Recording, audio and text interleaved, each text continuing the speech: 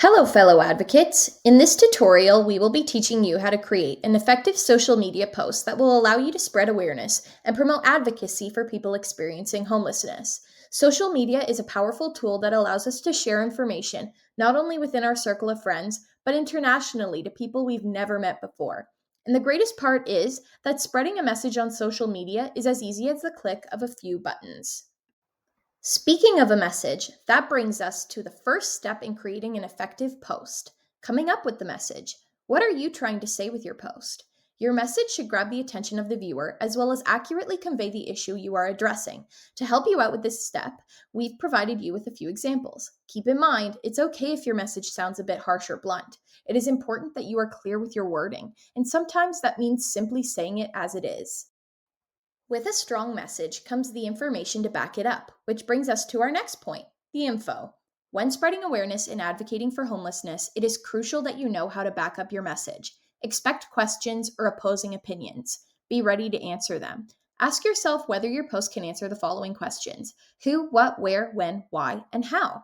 Covering all these factors within your informative post will ensure a clear and well-rounded statement. Here are a few reliable sources to help you stay informed. Now that you have a well-structured message and the information to back it up, it's time to add the visuals. Show us what you mean. When choosing your visuals, it is essential that you choose a visual representation that has meaning. Do not add visuals simply to make your post look pretty. Whether it's a photo, video, or drawing, it needs to relate to the issue your post is addressing. With that being said, now would be a good time to review the 6 ways to ethically advocate for homelessness infographic available in the toolkit. Here are some do's.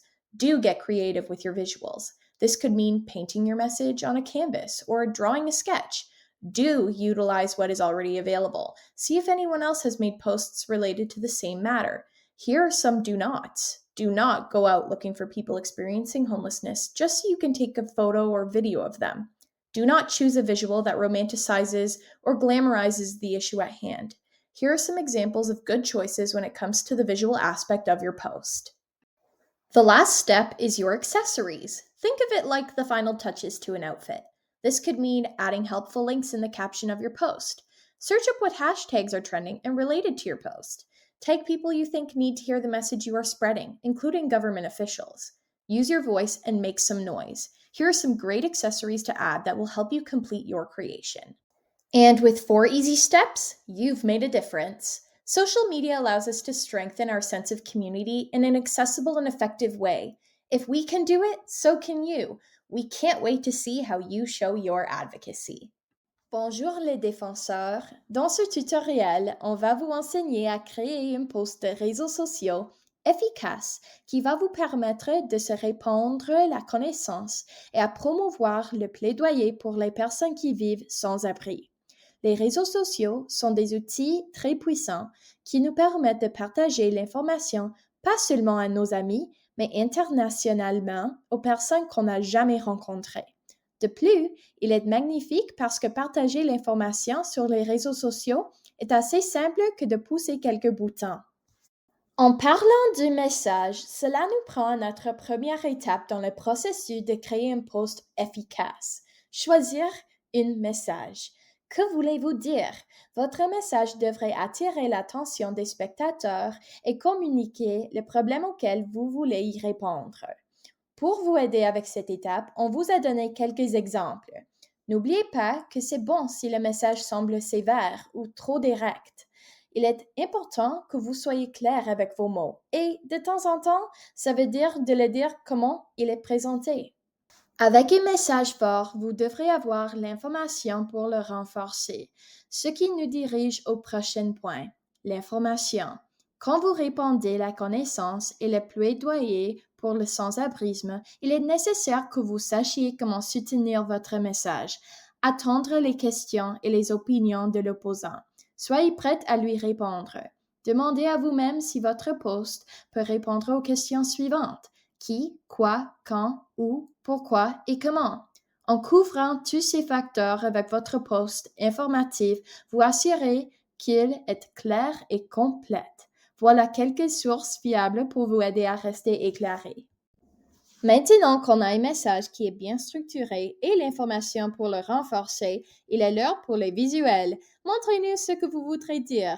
Quand vous choisissez vos visuels, il est nécessaire que vous choisissiez une représentation visuelle qui a une signification.